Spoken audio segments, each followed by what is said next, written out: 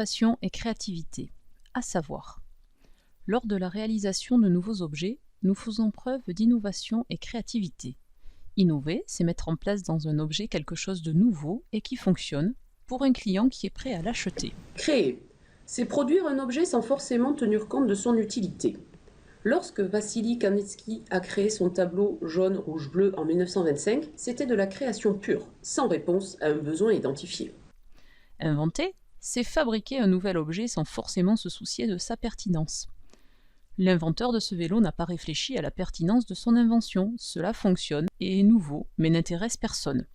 Imaginer, c'est concevoir un objet sans forcément le réaliser. Lorsque Léonard de Vinci a imaginé son hélicoptère, il n'avait pas la technologie pour le construire, et cela ne répondait à aucun besoin de l'époque. Il ne faut pas confondre innovation et créativité. L'innovation, c'est une idée nouvelle qui a trouvé son marché et sa faisabilité. Elle a été brevetée et commercialisée. La créativité, c'est une production d'idées, qu'elles soient bonnes ou mauvaises. Il faut aussi dissocier innovation et invention. L'invention, ce n'est qu'une étape, nouveauté, d'un processus se nommant innovation. Une idée géniale, sans étude de marché ou de besoin, n'a quasiment aucune chance d'aboutir. On distingue deux types d'innovation. L'innovation incrémentale. On parle d'innovation incrémentale lorsque l'on fait évoluer un produit progressivement pour répondre à un besoin. Prenons l'exemple de 3 téléphones, le téléphone à cadran en bakélite, le téléphone à clavier numérique et le téléphone sans fil. L'innovation du téléphone à clavier numérique est le pavé tactile. C'est un type d'innovation incrémentale. Bien évidemment, cette innovation est en lien avec les matériaux, les procédés, l'ergonomie et le design.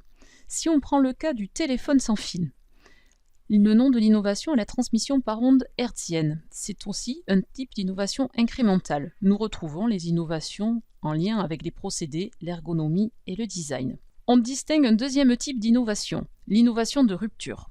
On parle d'innovation de rupture lorsqu'on change radicalement de concept et de technologie, souvent liées à l'apparition de nouveaux besoins. Le téléphone GSM.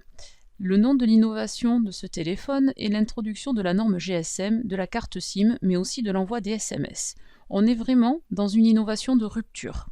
On garde l'innovation en lien avec les procédés, l'énergie, l'ergonomie, le design, mais dans le fonctionnement, on voit une grande évolution. Avec l'apparition du smartphone en 2007, là encore, on va trouver des innovations telles que la connexion Internet, le GPS, l'écran tactile. On est encore dans une innovation de rupture. L'innovation est en lien avec les matériaux, les procédés, l'ergonomie et le design. Savoir-faire. Pour imaginer une solution créative en réponse à un besoin identifié, on effectue un brainstorming. On parle alors d'intelligence collective. On classe ensuite les idées, puis on les confronte aux contraintes du projet.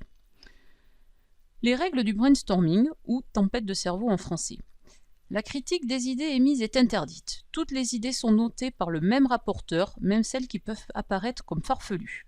Une idée à la fois par personne. Chaque personne peut émettre autant d'idées qu'il veut. Pas de discussion. Il faut être spontané, vif. La quantité prime avant la qualité. Le temps est limité. On a une notion d'urgence.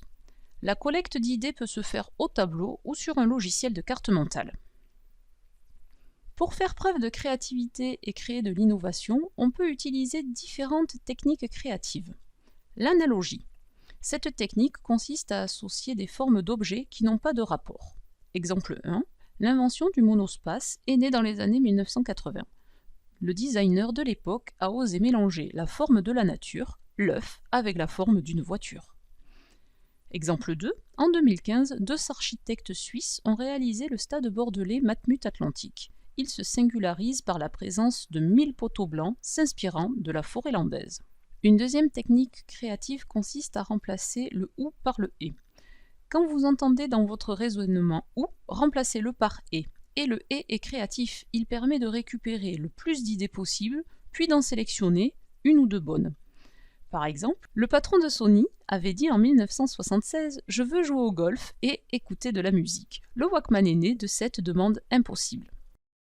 Une troisième technique créative est l'hybridation. Cette technique consiste à mélanger 2 univers, ou plus, qui n'ont rien à voir.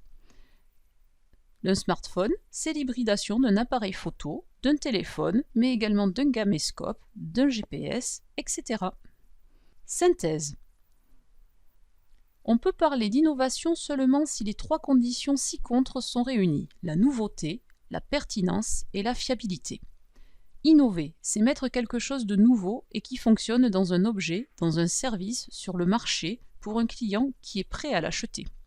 Pour imaginer une solution créative en réponse à un besoin identifié, on effectue un brainstorming à plusieurs, intelligence collective. Il existe différentes techniques créatives, l'analogie, remplacer ou par et, l'hybridation. À retenir. Une innovation est une idée nouvelle qui a trouvé son marché et sa faisabilité. Elle a été brevetée et commercialisée. La créativité est une production d'idées, bonnes ou mauvaises. On distingue deux types d'innovation. L'innovation incrémentale, lorsque l'on fait évoluer un produit progressivement.